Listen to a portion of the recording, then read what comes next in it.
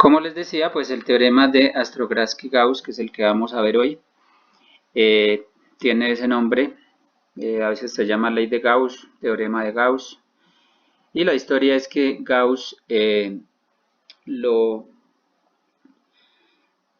descubrió, lo aplicó a la física y Astrogradsky lo demostró matemáticamente. Entonces, ¿de qué se trata ese teorema?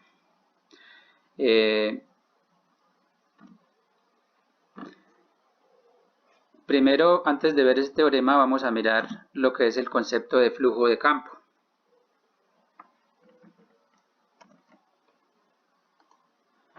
Entonces, el campo eléctrico, como ustedes lo ven, aquí tenemos una representación del campo que está pues descrita por líneas. Las líneas de campo representan el campo.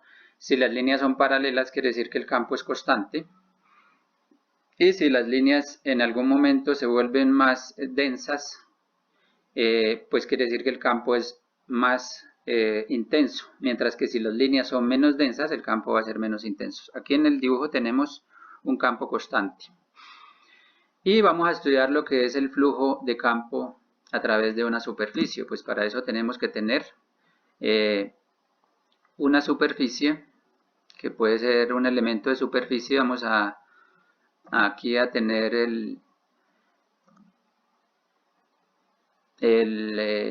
digamos, este elemento de superficie cuadrada, y vamos a ver cómo atraviesa el campo esa superficie. Es decir, cuando hablamos de flujo tenemos que mirar cómo las líneas de campo atraviesan esa superficie. Para ello, pues vamos a la superficie le vamos a asignar un vector, y ese vector pues es, en este caso le vamos a decir que es un vector que tiene una magnitud, que es la magnitud de la superficie, es decir, el área, y tiene además una dirección. La dirección es un vector perpendicular a la misma superficie unitario. O sea que de ese aquí lo podemos decir que realmente es un vector unitario multiplicado por la superficie, o sea, el ancho por el alto. Y ese es el vector superficie, vamos a definirlo así. Entonces, aquí tenemos n, el vector unitario, y ds, el vector superficie. Con esta definición, pues vamos entonces a mirar cómo se comporta el flujo.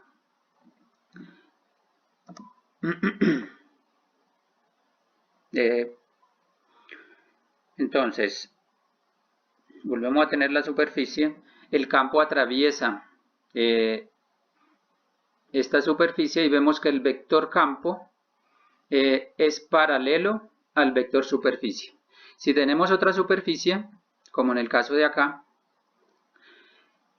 que va, es decir, cuando la superficie es así abierta, que no es una superficie cerrada, el vector lo ponemos a nuestro, digamos, a nuestro parecer o a nuestra conveniencia. Entonces aquí le ponemos el vector hacia acá, y podemos tener otra superficie en la que le podemos poner el vector unitario en sentido contrario. Entonces fíjese que aquí el vector campo va en dirección del vector superficie, y aquí el vector campo va en contra del vector superficie. En este caso tenemos un flujo positivo, y en este caso tenemos un flujo negativo a través de la superficie.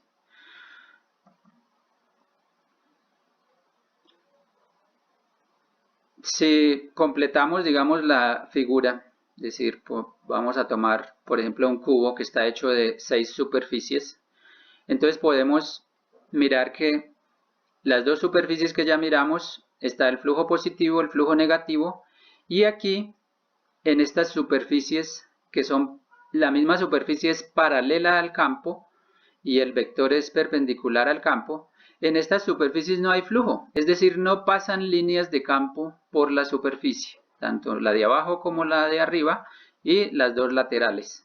Entonces fíjese que en este caso de toda esta superficie que está compuesta por 6 láminas, solamente pasa flujo por la parte delantera y la parte trasera. Aquí tenemos un flujo positivo y aquí un flujo negativo.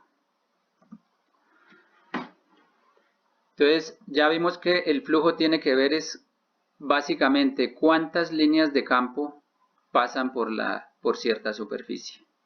Como el campo está representado por líneas al fin y al cabo, entonces si no pasan líneas por la superficie, quiere decir que no hay flujo.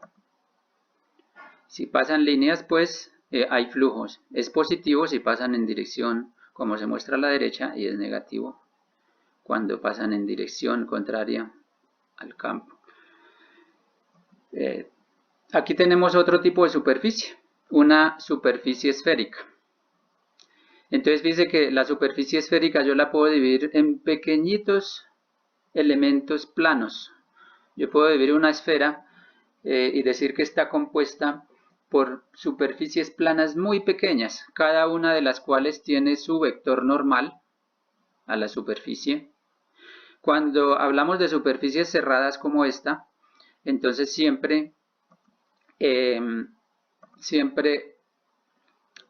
digamos, tomamos el vector normal hacia afuera. Cuando la superficie no es cerrada, entonces quedamos que el vector lo tomamos a conveniencia. Pero cuando la superficie es cerrada, por lo general, si no se dice de otra manera, el vector normal va hacia afuera de la superficie. Entonces aquí tenemos lo mismo. Por ejemplo, este pedacito de superficie de acá del ecuador, de la zona ecuatorial del globo que estamos viendo. Entonces aquí el vector normal va paralelo al campo, mientras que aquí en la parte de arriba el vector normal va perpendicular al campo. En las partes intermedias, como vemos, hay un ángulo entre el vector normal y el vector campo. Fíjese que aquí tenemos un campo constante en el espacio y tenemos una superficie, digamos, esférica, y al fin y al cabo el flujo a través de toda esa superficie viene a ser cero. ¿Por qué? Porque como habíamos dicho, el flujo hacia acá es positivo y el flujo desde acá es negativo, porque está en contra. Pero digamos que estas porciones que no se ven claro si están paralelas o no al campo, aquí hay un ángulo hacia acá, pero resulta que ese ángulo es el mismo, el contrario hacia acá. ¿Qué quiere decir? Que el flujo positivo que hay aquí, la porción de flujo positivo que hay acá, es la misma porción de flujo negativo que hay acá. Entonces al sumar el flujo por toda la superficie me va a dar cero. Esto lo vamos a ver ahorita en ecuaciones, para que quede más claro. Entonces, ¿qué pasa ahora si nosotros tenemos no un campo constante, sino un campo que varía en el espacio, como es el campo, por ejemplo, de una carga puntual? Entonces, el campo de una carga puntual, como lo vemos acá, el campo de una carga positiva, encerramos la carga con una superficie esférica, como lo vemos acá. Sabemos que la carga positiva tiene un campo con esta configuración y miremos que cada vector normal coincide en cada punto con la dirección del campo. Es decir, los dos vectores son paralelos en toda la superficie.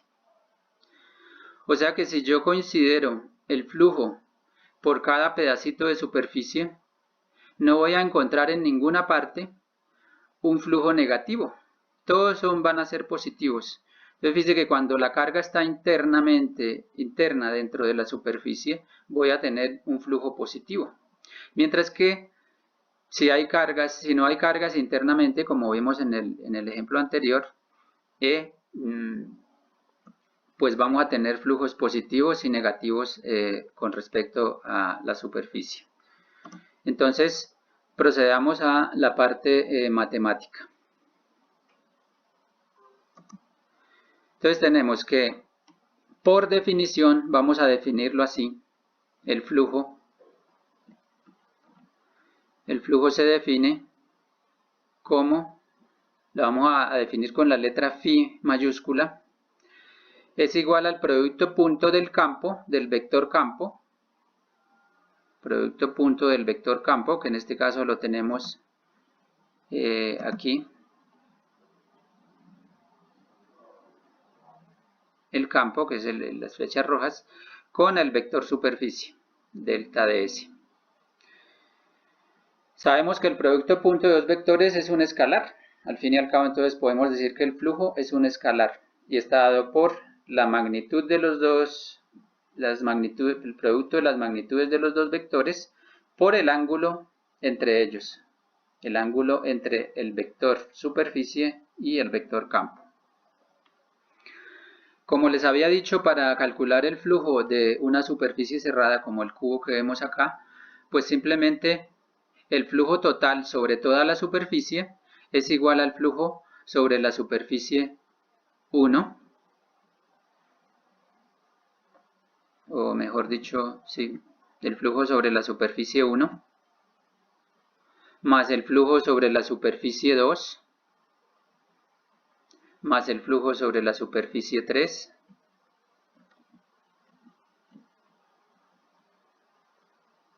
y así sucesivamente, dependiendo la cantidad de divisiones de superficie que tenga, digamos, toda la superficie. En este caso, el ángulo es entre el vector entre el vector, fíjese que cuando tenemos cualquier superficie, supongamos que voy a hacer aquí otra superficie, pero inclinada. Entonces aquí tenemos el vector ds o delta ds, dependiendo pues. Y aquí tenemos el vector campo, fíjese. Aquí tenemos el vector campo. Entonces θ es el ángulo entre ds y e. Fíjese que en el ds de arriba, aquí en el dibujo, en el ds de arriba, ¿cuál es el ángulo entre ds y e? Aquí tenemos este ángulo θ, es igual a 90 grados.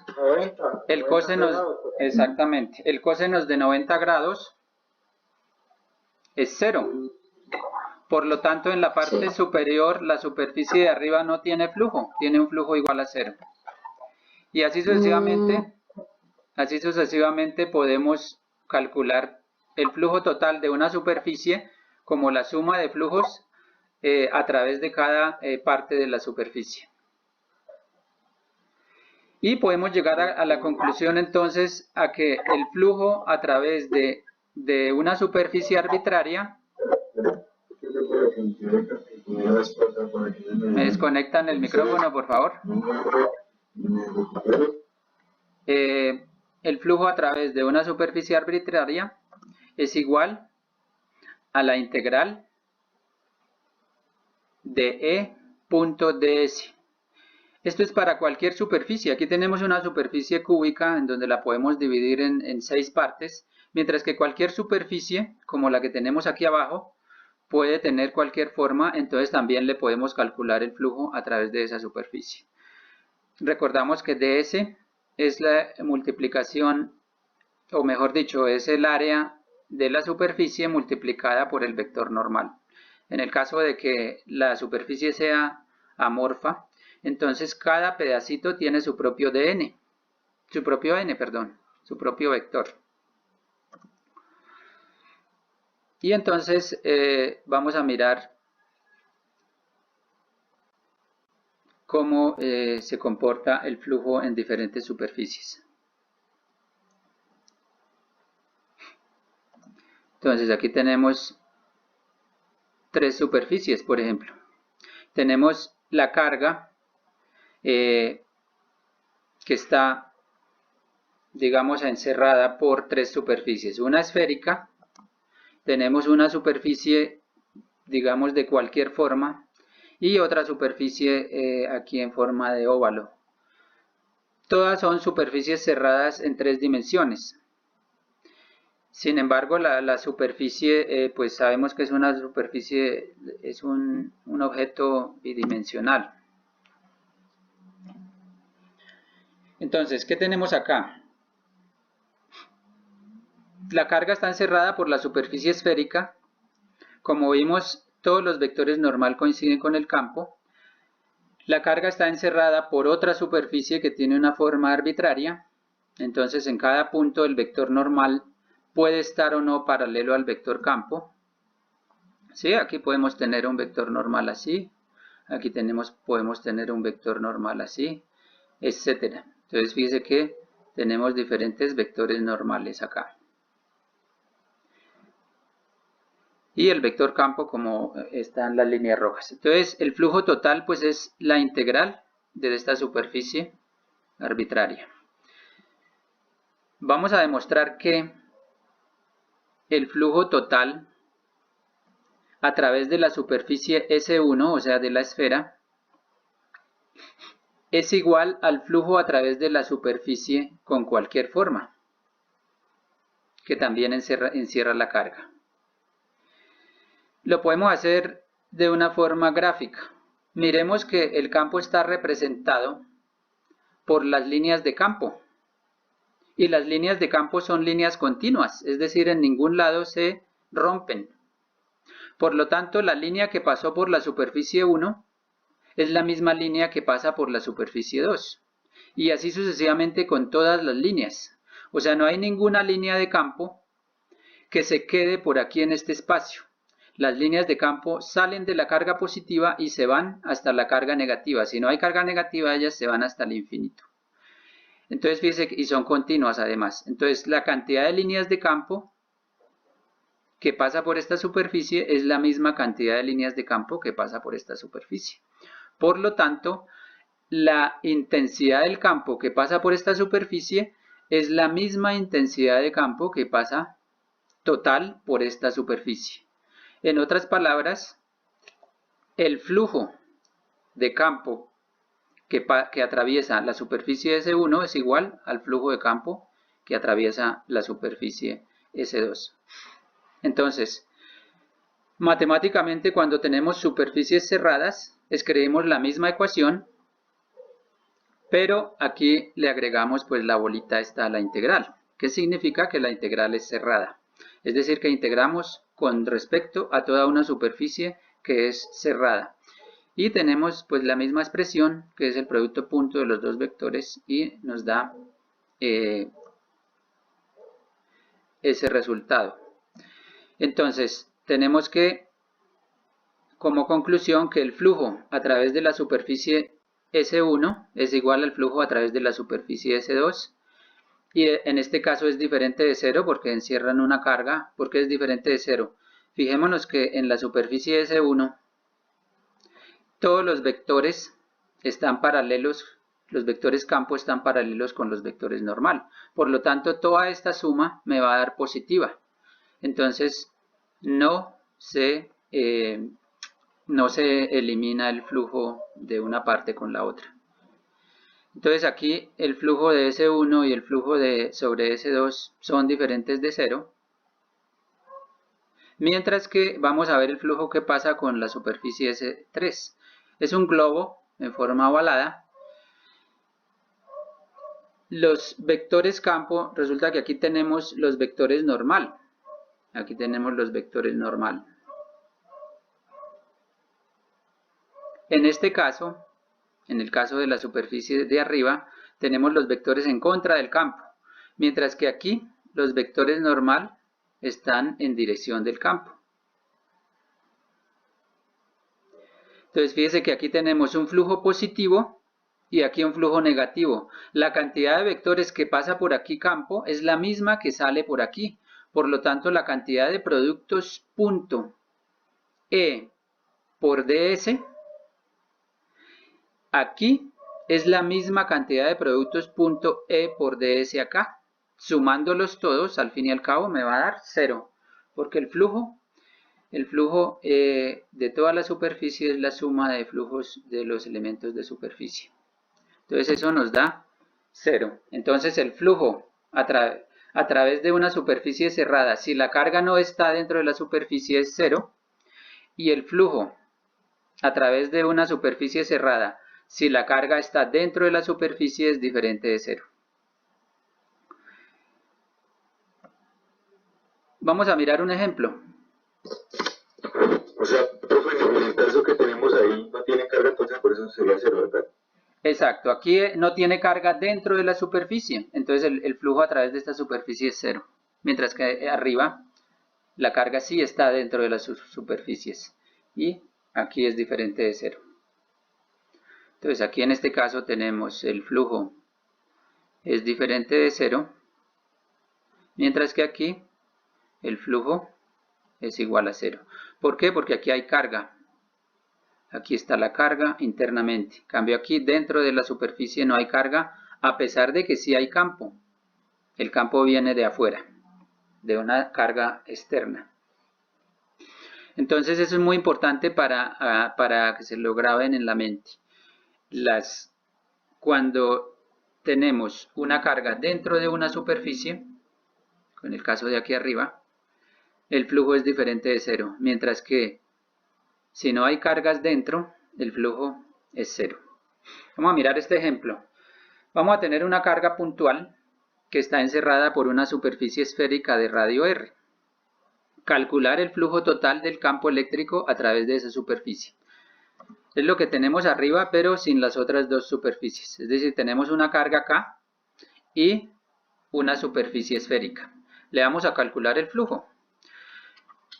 Entonces, sabemos que por definición el flujo es igual al producto punto de E por ds en cada punto de la superficie. Integramos, pero para integrar vamos a tener en cuenta algunas cositas. Fíjese que como es una superficie esférica y está centrada la carga aquí, entonces el campo no depende del punto de la superficie. En otras palabras, el campo es igual en todos los puntos de la superficie. Por lo tanto, no depende de la integral de superficie. Entonces, lo que hago yo es sacar el campo de la integral y integrar con respecto a la superficie. Pero, ¿qué significa una integral como esta? La que vemos aquí. ¿Cómo así?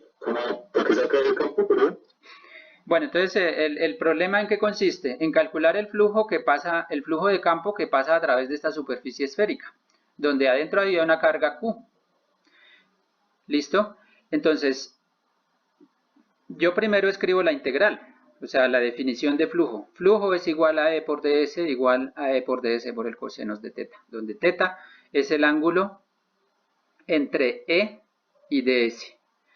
Pero me voy, digamos, a analizar el problema desde el punto de vista gráfico. Si esto es una suma, la integral es una suma de todos los productos E por ds. O sea, es una suma de todos estos productos que hay en todas las pedacitos de superficie. Cada pedacito cada pedacito de estos, cada pedacito aquí, es prácticamente una superficie muy pequeña. ¿Sí? La cual tiene su normal y también por ahí pasa el campo. ¿Sí? Pero resulta que en este caso particular de la esfera, el campo siempre es paralelo a n. O sea, en este caso particular aquí tenemos el campo E. ¿Listo? Entonces todos estos productos punto tienen el mismo ángulo. ¿Cuál? ¿Quién me dice? Teta aquí es igual a ¿qué? 0, ¿sí o no? 0. O sea que todo esto me da 1 aquí. Todos los sumandos aquí que tienen su coseno, el coseno me da 1. ¿Listo? ¿Está claro? Además, resulta que yo miro por simetría, como la carga está en el centro, en todos los puntos el campo tiene la misma longitud y es paralelo a la superficie. Por lo tanto, el campo no depende de la superficie S. Por lo tanto, yo lo puedo sacar de la integral. Lo puedo sacar de la integral, entonces lo saco de la integral y hago los cálculos. Pero ¿qué es esto que está aquí? La integral con respecto a S. ¿Eso qué es? Es la suma de todos estos pedacitos. La suma. ¿Cuánto me da la suma de todos esos pedacitos? para la esfera. Me da el área de la esfera. 4pi r cuadrado, ¿sí o no? 4pi r cuadrado. Por lo tanto, reemplazando esos valores, hallo que el flujo total sobre toda esa superficie esférica es igual a Q sobre epsilon sub 0. ¿Por qué? Porque reemplacé aquí el campo de acuerdo a la ley de Coulomb, el campo en el punto, en cualquier punto de la esfera, es igual a 1 sobre 4pi epsilon sub 0 Q sobre r cuadrado, y esta es la superficie de la esfera. Se cancela 4pi, o sea que solo me queda Q sobre epsilon sub 0, se cancela el radio también. El flujo es igual a Q sobre epsilon sub 0. Este ejemplo que nos, a pesar de ser bien sencillo, nos da mucha información. Fíjese que este resultado me dice que el flujo no depende de R. El flujo a través de una superficie esférica no depende de R. O sea que si tomo una esfera más grande, el flujo me va a dar igual. Porque mire, se canceló R. Entonces el flujo me va a dar igual. Y tampoco depende de la forma. Aquí no tiene en cuenta el radio. Exacto. Y tampoco tiene en cuenta la forma. O sea que si le cambio la forma a la esfera, también me va a dar el mismo resultado porque no depende de la forma. Aquí no me dice que tiene que ser una esfera. Entonces, ese resultado matemático también corrobora el hecho de que las dos superficies, tanto la esférica como la que no es esférica, tienen el mismo flujo si encierran la misma carga. Entonces, a partir de esa conclusión de ese ejemplo, vamos a definir el teorema de Gauss, o la ley de Gauss, o el teorema de Astrogradsky-Gauss. Dice que el flujo del campo eléctrico a través de cualquier superficie cerrada es igual a la suma algebraica de todas las cargas que se encuentran dentro de la superficie. Es decir, tenemos entonces el flujo a través de cualquier superficie cerrada S es igual al producto punto del campo por la superficie. Y es igual a la suma de todas las cargas internas dividido entre epsilon sub 0. Fíjense que es como una generalización de este ejemplito que hicimos aquí. O sea, aquí teníamos una carga puntual y nos dio que el flujo a través de la superficie que encierra una carga puntual es igual a Q sobre epsilon sub 0. Nos dio matemáticamente. Entonces el teorema de Gauss es un poco la generalización de ese ejemplo particular. ¿Por qué generalización? Nos dice además que la superficie es cualquiera, una superficie cualquiera cerrada, y ya no es una sola carga puntual, sino puede ser un montón de cargas distribuidas de cualquier manera internamente dentro de la superficie. Entonces, por eso aquí definimos como carga interna. ¿Por qué interna? Como vimos en el ejemplo arriba, la superficie, digamos, elíptica que teníamos acá no tenía cargas internas y sin embargo su flujo era cero. O sea que cuando tenemos cargas por fuera, ellas no entran aquí a esta ecuación. Es decir, si tenemos un sistema de cargas, inclusive pueden ser cargas positivas y negativas, y tenemos una superficie cerrada,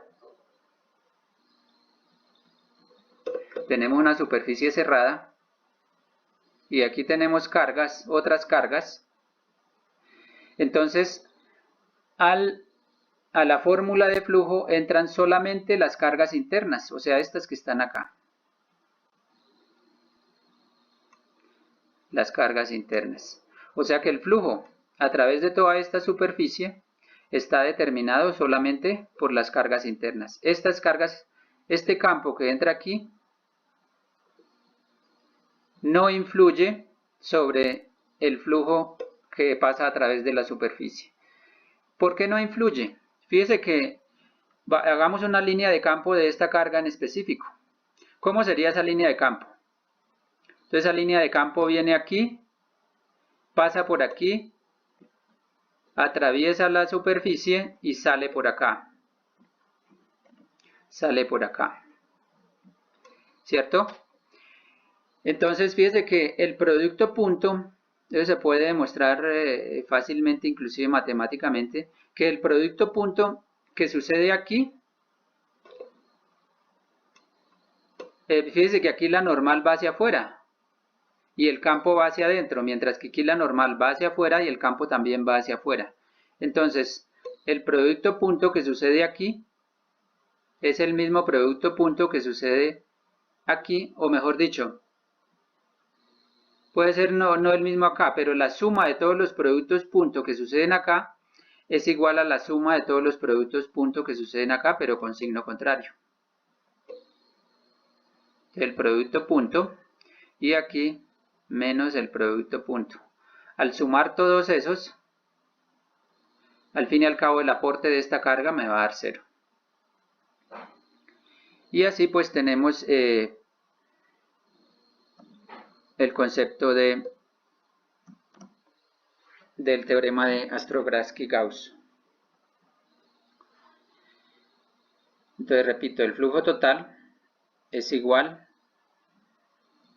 a la definición de flujo y es igual a la carga interna sobre epsilon, a la suma de las cargas internas sobre epsilon sub 0. Podemos describir otra formulación del flujo y es definiendo el vector desplazamiento del campo eléctrico.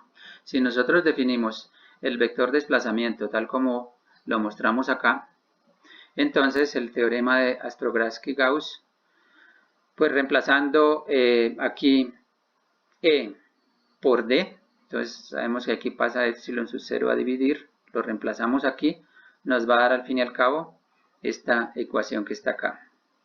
Aquí tenemos un Q grande. Y ese Q, pues es lo que tenemos acá. Entonces, desde el punto de vista del teorema del vector desplazamiento, podemos decir que el flujo es igual a la carga interna. Digamos que este es otro sistema de unidades. Aquí tenemos el campo y aquí tenemos el vector desplazamiento. El flujo del vector desplazamiento a través de una superficie cerrada es igual a las cargas internas. Inclusive tiene la misma unidad, Coulomb. En cambio aquí pues tenemos el flujo, digamos, tiene las unidades de campo sobre el área de la superficie.